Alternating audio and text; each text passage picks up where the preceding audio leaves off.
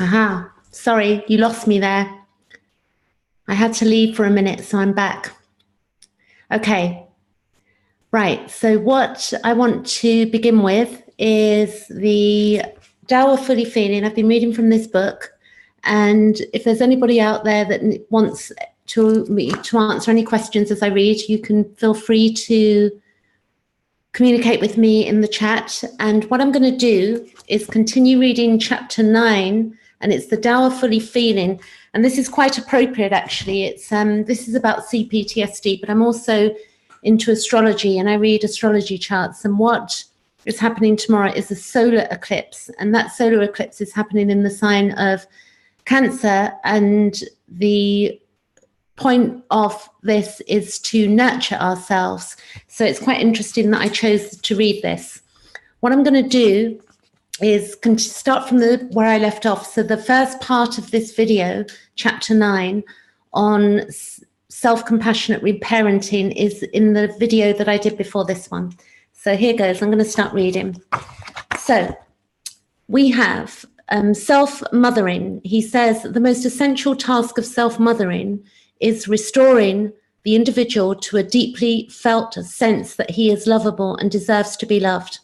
Self-mothering is the practice of actively and passively loving the inner child in all his mental, emotional, and energetic states.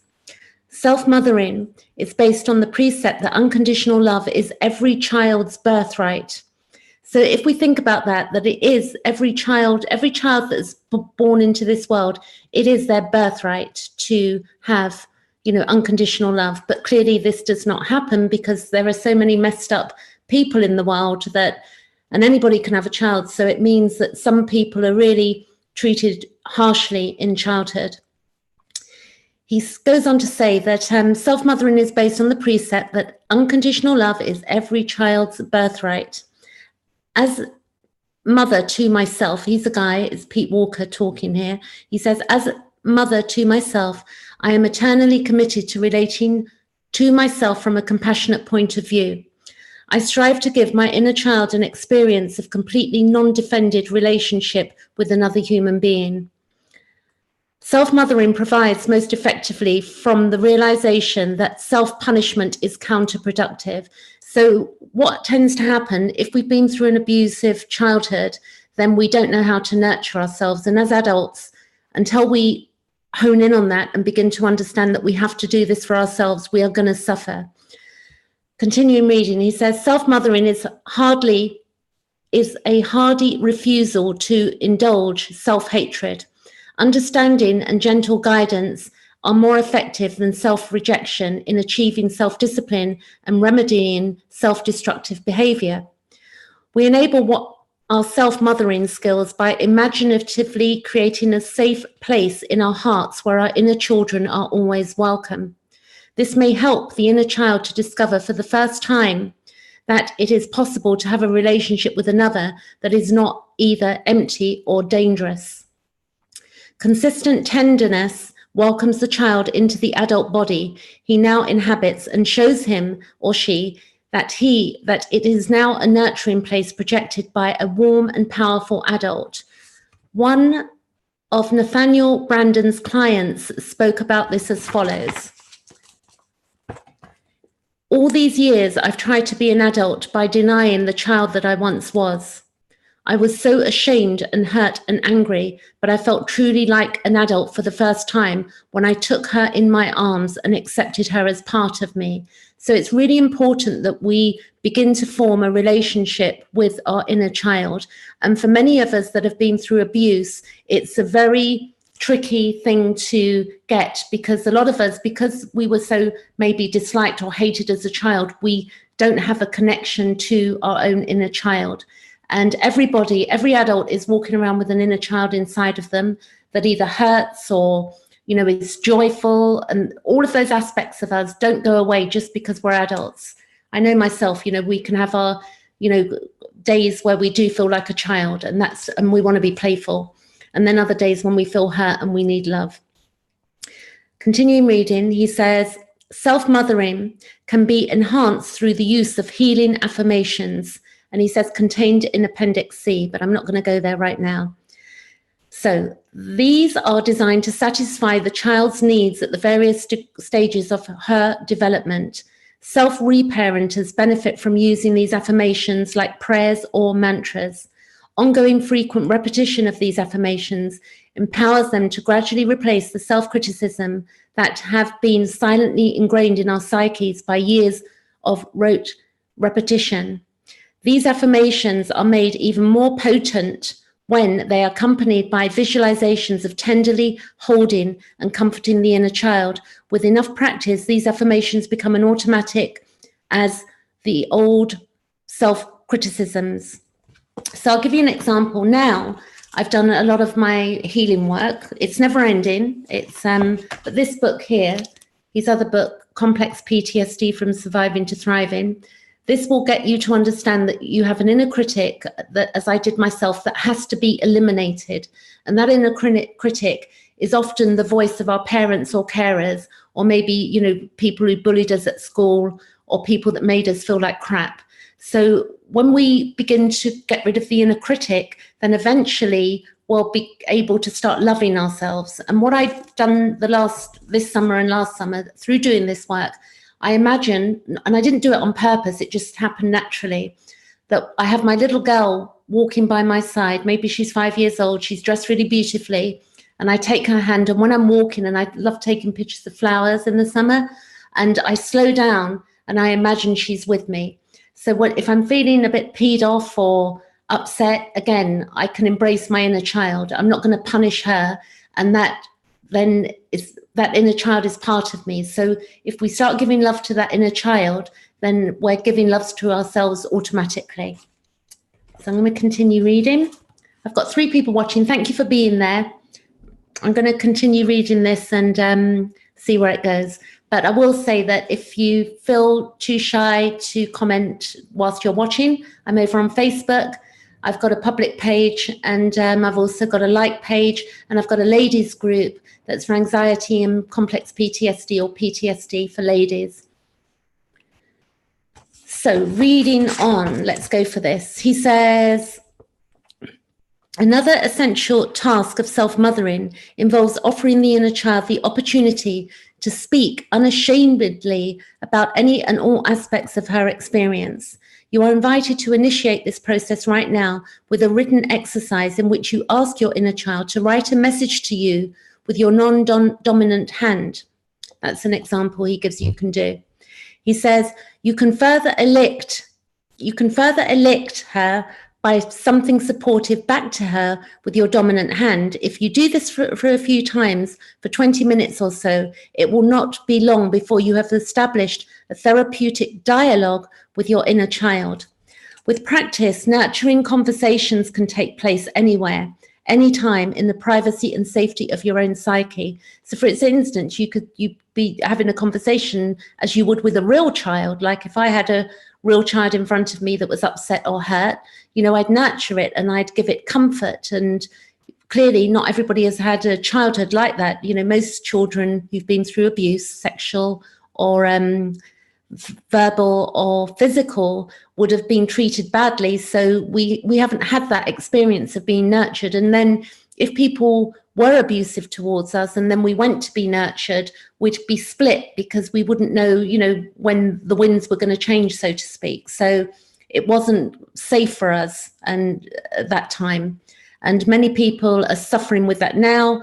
You know, they don't understand they've got CPTSD. I would say half the population of planet Earth has CPTSD, where people have been through abuse and they've not been able or have the opportunity to address their woundings. And there's a lot of disassociation. People will compare their experiences to others and say, oh, well, it isn't that bad. I don't have it as bad as that person. That's not nurturing self. We're each unique. And we have to realize that, you know, the uniqueness and being a soul, which I believe in a body, we're here to heal that stuff so that we can get to becoming whole in ourselves before we leave this planet. And the sooner the better.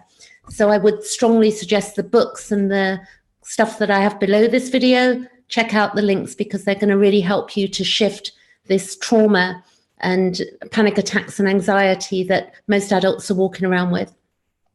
Reading on, he says, in early mothering, the inner child commonly comes into consciousness with a dire need to express her unreleased reservoir of pain. She will not come forth on the condition that she has to behave only like a nice, pleasant little girl.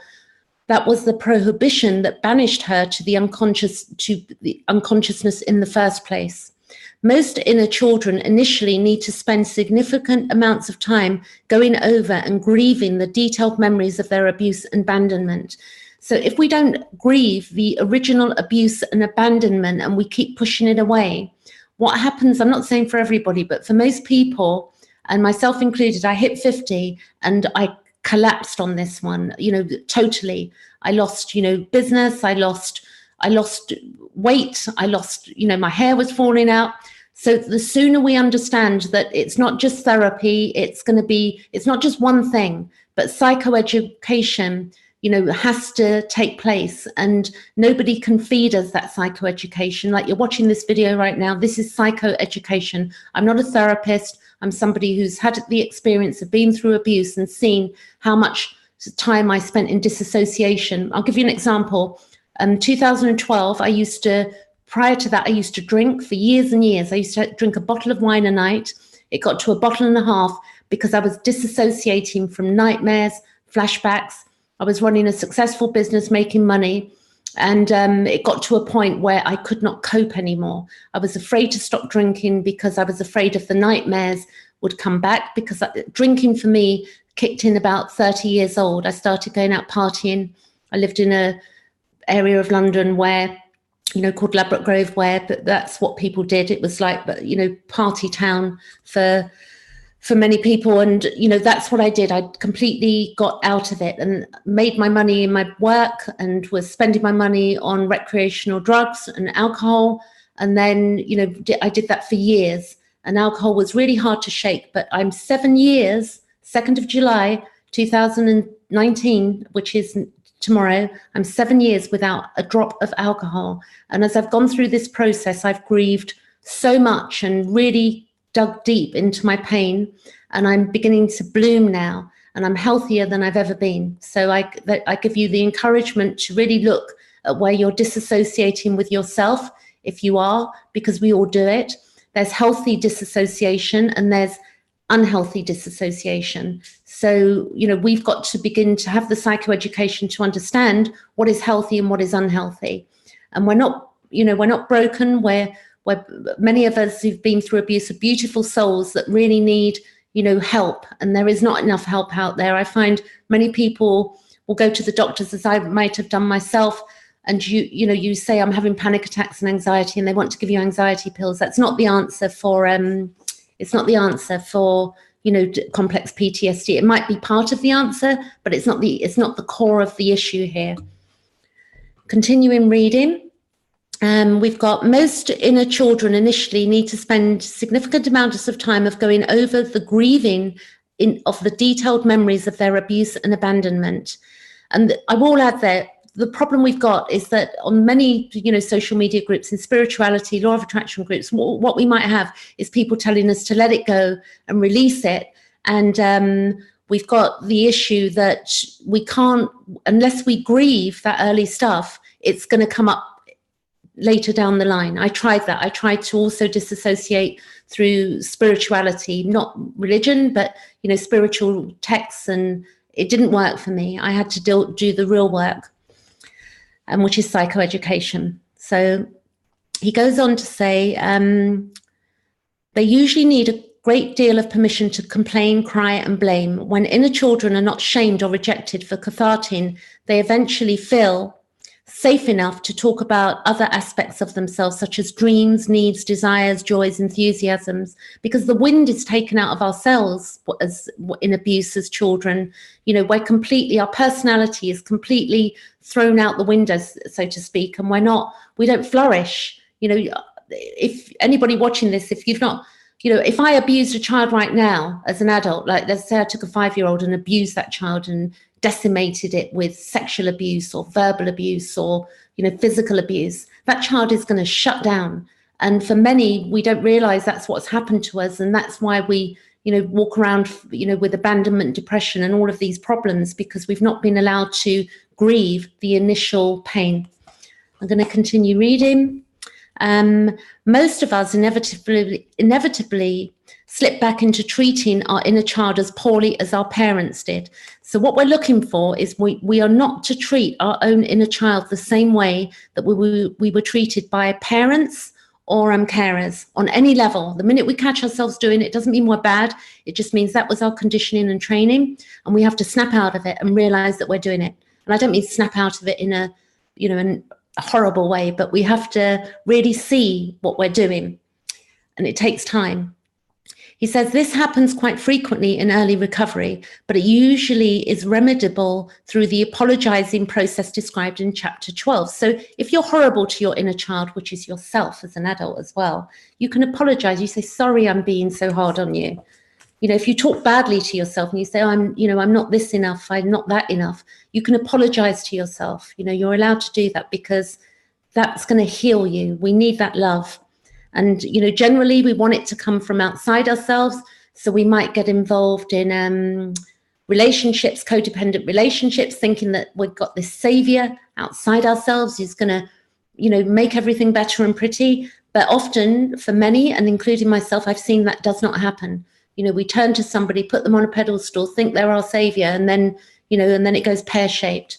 So we need to be aware when we're looking to somebody else. And how you can fill that out is that if you're really needy in relationships, it's okay to have needs, but if we're overly needy, that's a little bit of a flag that maybe we've got a bit of codependency. So we're all human. We all go through these things, and we're all growing and developing, and we're all at different stages of development. I'm 50 and a little bit, and it took me a while to really get this. So no self-punishment for thinking you should be somewhere else. You are at exactly where you're at on this journey. Then he goes on to say, because every child is born with tremendous emotional flexibility, sincere and effective apologies usually restore their trust on those occasions when unconscious repetitions of parents' harsh judgments have forced them into hiding. And then he's going to go into self-fathering here, okay? Thank you for the comments as well. That's great. Yes, I'm pleased with myself on that. Thank you for the comments, Donna. Right, so I'm going to continue reading. Self-fathering. He says here, ultimately, love is self-approval. So we have to approve of ourselves wherever we're at, okay? Really important.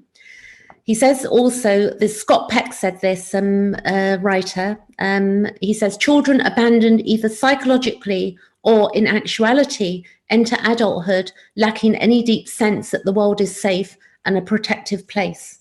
So again, think about that. If I took a child and I abused it, it would not feel safe in this world. And the undoing of that, because the child is a sponge, it really affects them badly. And we're hard on ourselves. We think we should be over things that we've not grieved. And we really need to begin to have the psychoeducation. I'm going to keep saying it. And I'm not a medical doctor. So if you have, any serious issues on this matter, you can go get help, visit your doctors, speak to people, get therapy. There's many ways around this. So he says, while self-mothering focuses primarily on the healing of the wounds of the neglect, self-fathering heals the wounds of abuse. So self-mothering heals the wounds of the neglect, and self-fathering heals the wounds of abuse. Self-fathering gestates assertiveness and self-protection. It includes confronting external or internal abuse and standing up for the adult child's right as described in Appendix B. One of my favorite self-fathering exercises is the time machine rescue operation. This is Pete Walker's book, and he says, I have used it many times to fight off the impending paralysis of emotional flashbacks. At such times, I tell my inner child that if time travel is ever possible, I will travel back into the past and put a stop to my parents' abusiveness. In the course of this, I say things like, I will grab mum and dad's arm and pin it behind their backs, and the second they try to strike you, I will muffle them and gag them so they can't scream at you or mumble their criticisms. I'll put bags over their heads so they can frown or so they can't frown or glare at you. And I'll make them go to bed right after dinner without dessert. I'll do anything you want me to do to protect you. He also says, reading on, it never ceases to amaze me how such imagery usually provides an exit out of the fear and shame, and sometimes even make my inner child laugh in delight. And I do that as well. We can think of these things that, you know, we might be scared that we're having really horrible thoughts, but I tell you what, we're all human. So, you know, thoughts are thoughts, and you can think what you want. And however you want to deal with somebody in your head is absolutely fine. It's, you know, healthy anger and healthy blame is part of the healing of CPTSD. I sometimes finish this exercise by telling my inner child I would also report my parents to the authorities so they would be sent to counselling to become better parents. Or I would say that if I could take them back to live with me in the future before all of these horrible things happened, I reminded him that he, in fact, lives in the present with me now, where I will always do my best to protect him. I mean, this is the great thing. As adults, no one can hurt us anymore. And if we start understanding healthy anger and healthy blame, then we're building up our self-esteem. And if somebody comes into our lives that is similar or behaves similar to the way our parents did, we say, hang on a minute, stop there. Don't talk to me like that. That has to come through healthy anger, healthy blame, getting rid of the toxic shame. So it's a path, okay? Going on, he says, when you consistently show your inner child that she is really safe and fully welcome in every aspect, or he, I'll say, in every aspect of her or his being, she will become more and more alive and self-expressive. As she experiences you consistently rising to her defense, she will feel free enough to reclaim the emotionality that fuels her innate spiritness, playfulness, curiosity, and flexibility. Okay, the last page here, it says how different this approach to fathering is when compared to the traditional approach that Albert Einstein warned against. This is Albert Einstein said, it is, in fact, nothing short of a miracle that the modern methods of instruction have not yet entirely strangled the holy curiosity of inquiry. For this delicate little plant, aside from the stimulation, stands mostly in the need of freedom. Without this, it goes to wreck and ruin without fail. It is a very grave mistake to think that the enjoyment of seeing and searching can be promoted by means of coercion and a sense of duty. He goes on to say that reparenting and forgiving the inner child fosters authentic experiences of self-forgiveness. Once we understand how terribly abandoned the child was, we cannot help but have compassion for him or her. The compassion sometimes moves us to wonder about our parents' childhoods. As we understand the hardships of their upbringing, we sometimes feel like their childhood travails, I think that's how I say it, are extenuating circumstances that allow us to feel forgiveness towards them. The relationship of extenuating circumstances to forgiveness explored in the next chapter. Now, I'm going to say something here. This is really important, that forgiveness is not for every case, and forgiveness can never be forced, and forgiveness is not going to particularly heal you, and it's not a light switch. It's not something you turn on and off. Sometimes you might feel that you can be forgiving to people that have been extremely abusive to you. In cases of severe violence or severe sexual abuse, or any sexual abuse, but all of it, basically, you know, some things are unforgivable, some things are evil. And we've all got different views on what forgiveness is, and it's nobody's right to tell you that you have to forgive, and it's not a requirement by anybody outside of ourselves that we do that. A lot of people who've not been through abuse, unfortunately, are not educated in this understanding. So if you go to somebody that's not been through abuse, the likelihood is they'll say, oh, you know, you have to forgive them because they're your parents. And it's bull. It's not for everybody. But I'm not denying it works for some people, but it's important that you know that, you know, you don't want to hold that yourself to that and think, because I did that for years, that I couldn't forgive, and I felt extreme guilt and shame. And now I understand what forgiveness is and what it is not, and my rights. I'm in a healthier place. And also, the funny thing about forgiveness is that once we fully process something, there is nothing to forgive. So let's give an example that maybe you've been in a relationship with a partner, either female or male or whatever, and that it's gone really pear-shaped, and it's only years later that you've been able to forgive. But what's really happened is that you've fully processed something. And when something's fully processed, there's nothing left. There's no pain there. So there's nothing left to forgive. But we call that processing. When we reach that point in our minds, we call it forgiveness. Yes, I've forgiven them. And what we're really saying is there's no more pain there. And that's because we've processed it. Another book I'm reading is a beautiful book. It's called Trauma in the Soul by Donald Kalshed. And this is a book that I've just started reading that is really taking me on a journey, a beautiful journey. But it's very deep. He's a union, if I'm saying it right, analyst. And he's got stuff on YouTube as well. So it's a psycho-spiritual approach to human development and its interruptions. So what happens is, as children, our development was interrupted, and it tears our heart apart and it splits our souls, and we don't, we disassociate just to get through it. I know myself, if somebody's going through sexual abuse every other day, week in, week out, or being beaten or verbally abused daily, it completely shrinks us. And, where children are supposed to bloom and play and, have some joy, that's taken out of them. And psychoeducation, the way forward. So I'm going to leave it there. If anybody feels that they want to come over to my Facebook page and any questions, you can do that. And also the ladies group that I have for CPTSD, you can come over there as well. And thanks for watching. I've got 4 viewers. The good news is with these videos, you can't see who's watching unless somebody chats in the chat box. So you've got complete anonymity as you watch these videos, which is really good.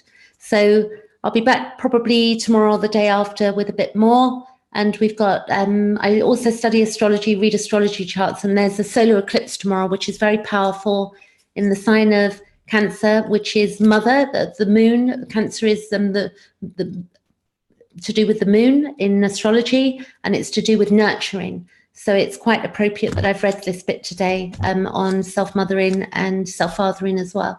Okay, catch you later. I'm going. Thank you.